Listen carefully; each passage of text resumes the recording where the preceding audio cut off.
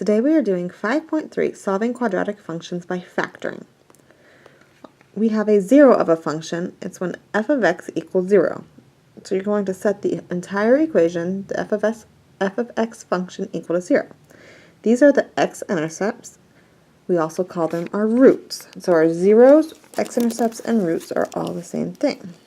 So we need to find the zeros by factoring. Okay, so our step 1, set equal to 0. Okay, that is if this is f of x, just replace this with 0.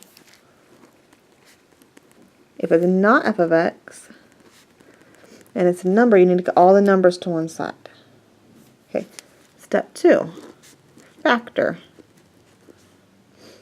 Okay, so if you remember from factoring, we have to look at the back number. Factors of 12, 1 and 12, 3 and 4, 2 and 6. Yeah, and so we need to, because that's a positive, we need to have both of them be the same sign, and they're both negative. So negative 2 and negative 6. So 0 equals x minus 2 and x minus 6. Our third step is to solve each set of parentheses.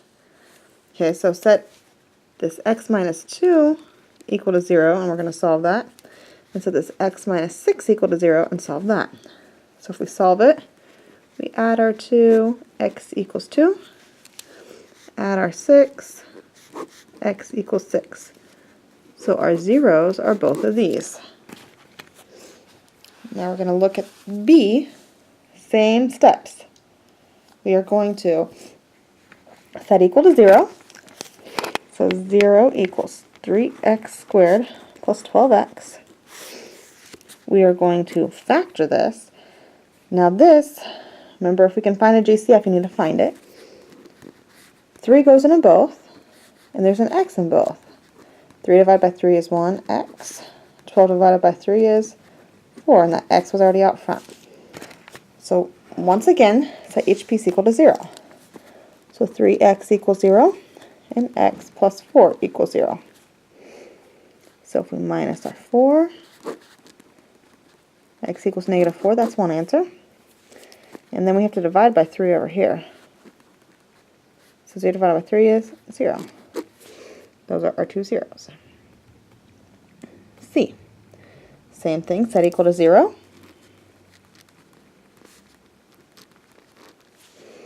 Factors of 6. 1 and 6, 2 and 3. This is negative, which means I need one negative. So I need 6 minus 1 is 5. I need a negative 5, so 1 minus 6.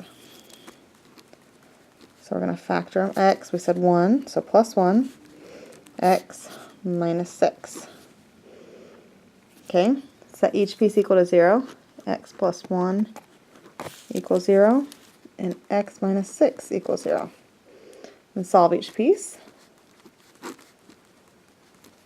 Negative 1. And add our 6. So x equals 6.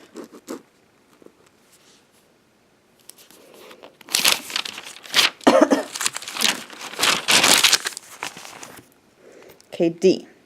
Same thing. Set equals to 0. Factor. This one has a GCF. Our GCF is just a regular x.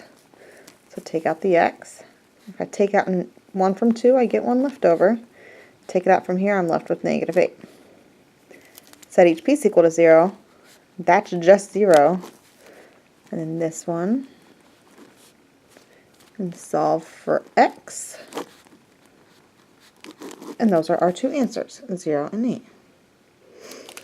Now this one looks different because it's not got an f of x to it. So we need to get all the numbers and letters to one side.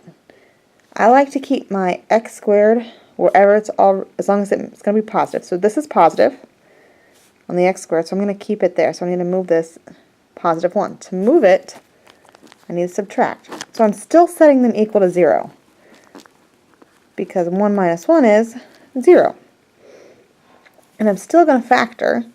If you remember, these are our perfect squares here, and there's 2 pieces, so that means I'm going to take the square root of it, 1 to be a minus, and 1 to be a plus. Still set both pieces equal to 0, so 3x minus 1 equals 0, 3x plus 1 equals 0, and solve. I need to add my 1, so 3x equals 1, divide by 3, x equals 1/3. Subtract my 1, 3x equals negative 1, divide by 3, x equals negative 1/3.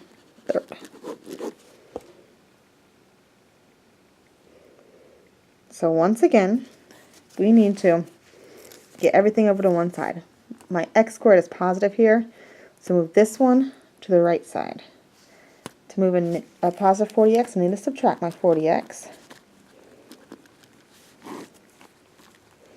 So 8x squared minus 40x plus 50. Okay. Is there GCF? There is. Let's see, 2 goes into all of them. So 4x squared minus 20x plus 25. Now, since this 2 is on the outside, does not have an x, it's not really that important in our final answer here because it's not going to give us a 0. But this here we still need to factor because there's still an x squared, so we need to get it to factor out. So, it's still a perfect square and still a perfect square. So that 2, we're going to write it there, but like I said, it's not too important. Square root of 4 is 2. Keep our minus. Square root of 25 is 5. Make sure it works. 2 times 5 is 10, times 2 is 20. Okay, we factored it right. So then our step is still set them equal to 0. Well, if I set that equal to 0, it doesn't matter because, like I said, there's no x, but this needs to be set equal to 0. Okay, so we add our 5. Divide by 2. So x equals 5 over 2. Okay, try these 3 on your own.